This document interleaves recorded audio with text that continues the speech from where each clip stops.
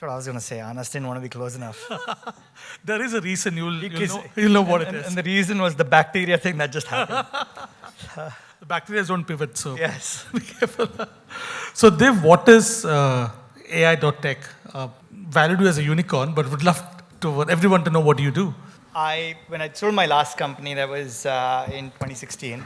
Well, that was my third startup that I'd exited. After that, I'd taken it public, ran that business for a bit, and then taken a long break. When I started AI.tech, the idea was, when I was starting the next business, the idea was, what do I think is going to have a large impact over a longer period of time? And at that time, AI hadn't still reached mainstream consciousness, in the sense that in Jan 2022, AI was still thought of as a research field. But 11 months after ChatGPT launched and everybody in the world was exposed to what AI could do, and obviously, I think everyone, when they saw that product and the way that product grew in terms of usage, realized that this is going to be a part of everybody's life. The idea is over the next 20 years, we're going to see AI incorporated in everything. In fact, all good technology becomes invisible eventually. So it improves your life, it improves the efficiency, and the more invisible it is, the more important it is. And I think very clearly, every decision, whether it's corporate or personal, will have some AI in it. And because of that, the idea was, hey, let me start a new startup. I called it Ai.tech. I built it as a holding company because of two different reasons. One is I realized that I'd made the same mistake 3 times in my previous 3 startups. And it took me some time to figure that out. That is not realizing that when you sell a company, you lose all your people and you lose your entire management team. And that takes time to build. And so one of the learnings was, how do I build something where you have enough diversification within the pods itself, and then as you build each pod, you have the option of keeping a core part of the management team. And so with the Ai.tech, we build a management team that builds management teams, works with management teams at different sizes and scales. We take you from 0 to 100, and then we help you beyond that. And we can internally incubate whatever it is that we want. We can internally test out whatever we want. And especially in a new field like AI, we felt like we'll have to experiment with multiple things very quickly. And a holding company kind of structure will allow us to do that. And that worked out really well. Today we have a handful of different businesses, all of which that leverage AI in a big way in order to scale, and it has helped us scale on an ongoing basis. And one interesting fact for everyone in the room, the .tech domain is owned by you, right? Yes. so if anyone wants to buy .tech, it has to be bought from Div.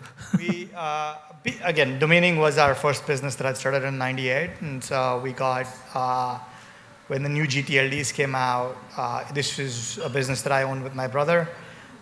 We ended up buying in the auction, so we have the global rights, the spectrum for .tech, .store, .online, .site, .website. So you buy anything, any of those, eventually you're paying us a commission, which is a good business to have. Yeah. It's a good cash flow business. Okay, now in this room, we've got cheetahs, gazelles, and unicorns. Most of them, the value has been created through series of fundraisers. You've been bootstrapped all your life. And you've sold your business. I remember having a discussion with you when we received an acquisition offer. And I was just asking to you, and I was telling you, Div, what are your thoughts on growing and building a business? And you said, Anas, businesses are always meant to be sold. So I don't know how many of you would agree to that in this room. But on a lighter note, when you got that almost $1 billion exit, when the money hit the account, did you, I always wondered this, okay, did you actually sit down and count the number of zeros just to ensure that they didn't miss any payment? But what are your thoughts on selling the business and building it to a large 100? Sure, I think I mean, obviously I'd framed it, it sounds like, and I don't remember the conversation specifically, but it sounds like I framed it as businesses are meant to be sold. What I meant was businesses have a journey, just like humans have a journey, right? We do different things at different ages. And the way I think of businesses is you've got to be a lot more transactional while thinking about the business. Because some people think of businesses as, oh, this is my baby. I understand, when founders think of it that way, you're just passionate about what you're doing, and that's a good thing. But humans are different, and businesses are different. Businesses, by its very nature, are transactional. What I mean by that is, if I looked at stats in the 90s and looked at the average lifespan of a company that went public. So if you went public in any market and you took the global average of what's the lifespan of a company that is public, and I think in the 90s, it still used to be somewhere in the 70, 75-year time horizon. Today, if you take a company that went public, the average lifespan of that company is 15 to 20 years. I'm not saying that the company disappears. I'm saying that either you sell or you get bought out, but eventually you have to keep growing and you have to keep adding in order to exist as a business. And so if you're not going to keep growing and you're not going to keep innovating, someone is going to basically outpace you and you will die. If you are not continuously thinking about what next, and you might have something really cool that you can't unlock the value fully of, but somebody else might be able to unlock that value just because they have maybe distribution, or they have some other tech, or they already have a set of other product lines that they can fit this into and unlock a lot more value, and hence, for everybody, it's a win-win. And so the idea is all these businesses have journeys, and you have to, as a founder, figure out as to what's the right time for that journey, and your team, and the product line, and so on. And as far as the other question was concerned, did I count the zeros? Well, Be honest, be honest. they didn't come with cash at my house and started counting. But I think in that transaction, that was about a $900 million transaction. It was, they gave us 400 and something million, I don't remember exactly how much, as the first wire at the time of closing. And the next was in a series of payment plan after. When the wire hit, yeah, absolutely. In the bank account, you see a number, and you're like, oh, great. And then you get back to work and start building, because you still have to get the rest, and you're still thinking about what next. And it's just a number at the end of the day. It doesn't change much. And that was my third exit, so it didn't change anything really. So yeah, so I really have to speak about how you measure risk. So I remember a couple of years back in Dubai, we were discussing about paragliding, and you were like, no, I would never do paragliding. I mean, you might die if Anymore. you do it. You'll never do it. Then all of a sudden, I came across this video, which I would like to show to the group here. Can you just play this video? Video.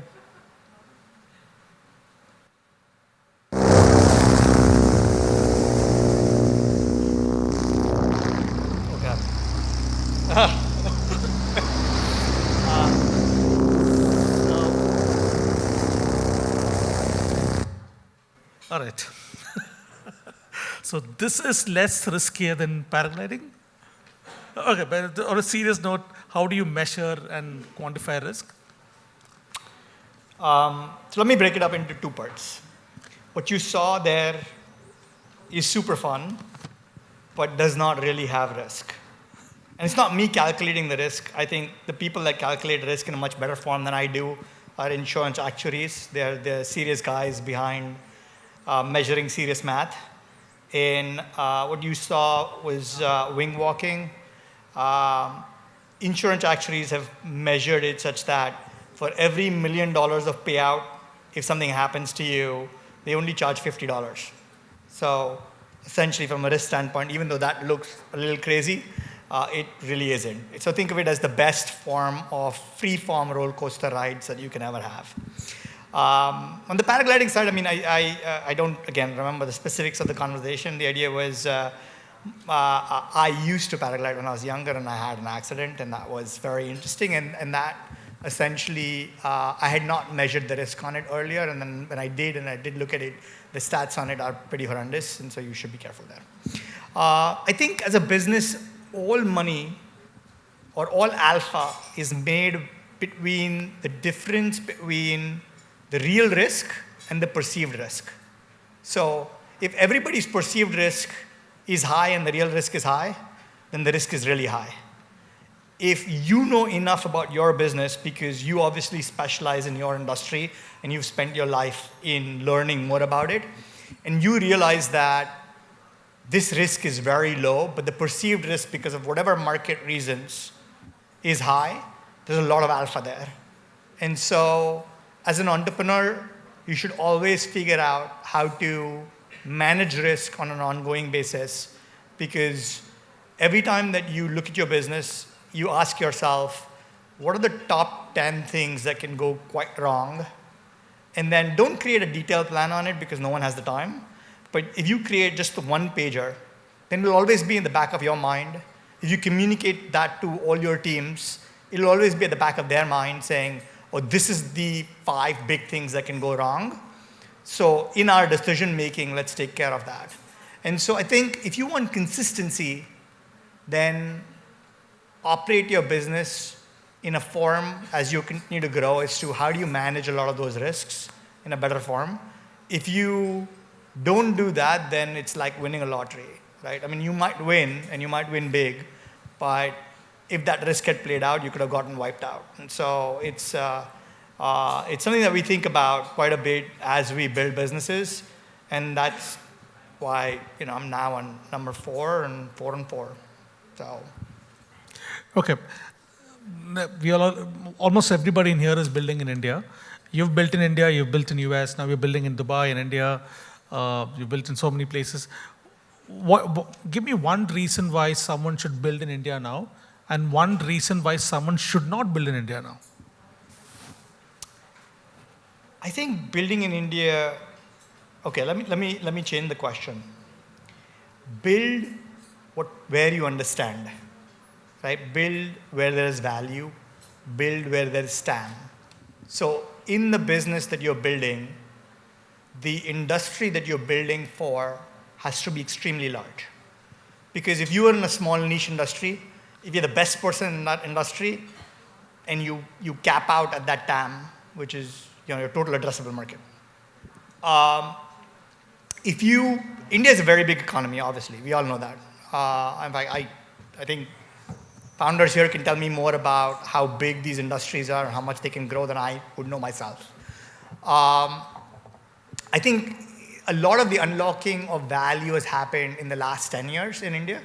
And so, and the next 10 years look great. So from that standpoint, there's a lot of growth possibilities here.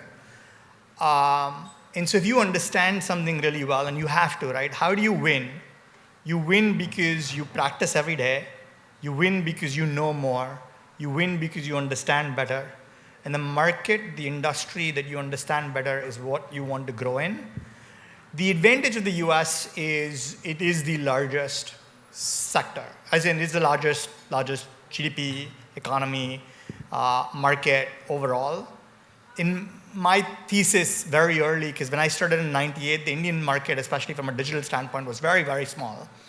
Like when we started, I'd started signing up customers from India everywhere else. The first problem that we had run into was there was no way to collect money via credit cards. We had to go to the government, get the law passed, then go to the banks, and they said we have no software to do it. Then we had to write the first software that processes payments to process our payments. So we created Transecute, which was India's first payment gateway in 98, 99. So there were lots of grassroots level problems then. Obviously, the markets were small. And so it was obvious to us that where the markets are large is where we should be. And so we started spending more time elsewhere. The second part of it was if you build for the most mature market, you automatically have to build, you're forced to think about solving in a form that is the most advanced. And so if you build for the most advanced market first, it's easier to customize for the other markets.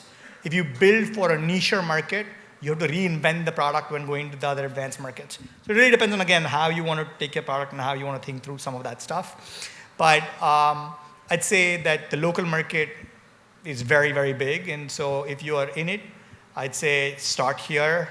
If you understand it well, if you think that your product is better sold and better understood globally, then start in the Western markets and then bring it here. So it really depends on who's building it, how they're building it, what's the value that they add, and then that's how I would think of it.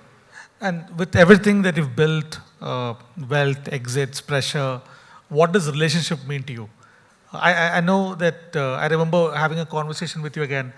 So since we have a lot of conversation across the year, and when something was happening to your family, you said, Anas, you're going to see more of this, considering your age. Sure. This is more of a concern, right? I think so. How do you?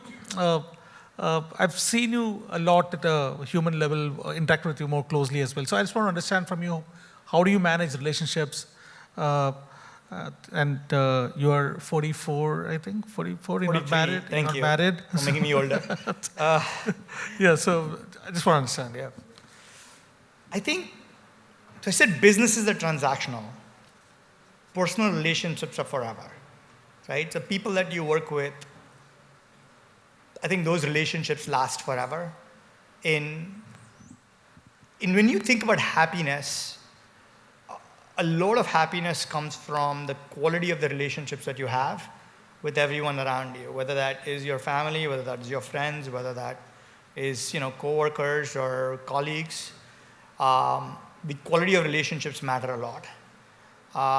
And because they are forever, everything that you do, you have to think of them as what would you do such that you treat them as forever. And I think that is a very important part of life. I mean, like, at the end of the day, after a point of money, it just makes things easier, but it's not going to change anything after a point. Whether you're a cheetah or a gazelle or a unicorn or a unicorn or a decacorn or a whatever other corn, and soon we'll have the world's first trillionaire.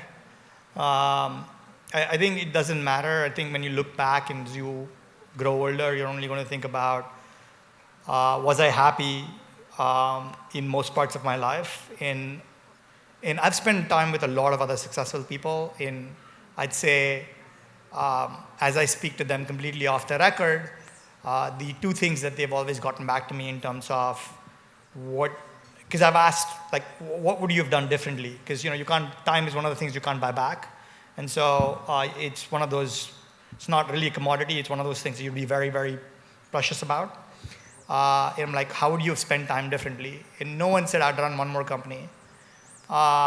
Even though they enjoyed working on whatever it is that they enjoyed working on. I think it came down to two things. One is, what's the quality of the relationships that you had all throughout your life, and what is it that you have now? And the second is, did I spend time on everything that I wanted to do? And that could have been non-commercial and could have been hobby. So. I've been asked to stop, but then I'll ask this last two questions and we move on. Sure. Across all the people that you've met outside of business, who do you rate the most, highest? And in the business, who do you rate the highest? So my thoughts on that have always been, and I've said this before, is if you think of one person as your idol, you're self-limiting yourself, and you should never. I think there are thousands of people, both in the past and the present, that have done absolutely incredible things. And these people have spanned nations, races, castes, really doesn't matter, right? Whether they're in politics, whether they're in business, whether they're athletes, whether they're actors. I think everyone has some amount of value that they bring. If you want to succeed, you have to identify what people are doing right. And they don't need to be Jeff Bezos or Larry Ellison or whoever else for you to look up to them. They could be in your community and a community leader, right? The idea is everyone brings something that is of massive value. How do you learn from each of those experiences and not limit yourself? And then think of it in the context of what you're trying to do, because there's different contexts that you apply for each of these things. And then optimize and customize it for yourself, right? Because just because someone did something in certain ways, it doesn't mean that it'll apply to you, because you might have different resources, different access, and a whole bunch of stuff. So figure out what applies to you from each of these people. Don't limit yourself to one person. The way I think of it, even in books, is never read just one book on the topic. Pick 10, fast read them. It's much better, because then you get 10 different opinions on how to do something. And then you can learn from that, and then figure out how it applies to you. Because you know your own constraints, and then when you apply that, that works really well. So that was it. Thank you, Div. I think, as I've mentioned in my speech earlier, he's flown in from Dubai primarily to attend our event, and In New York, but sure. New York, yeah. So big round of applause and big thank you to Div as well. Thank you very much.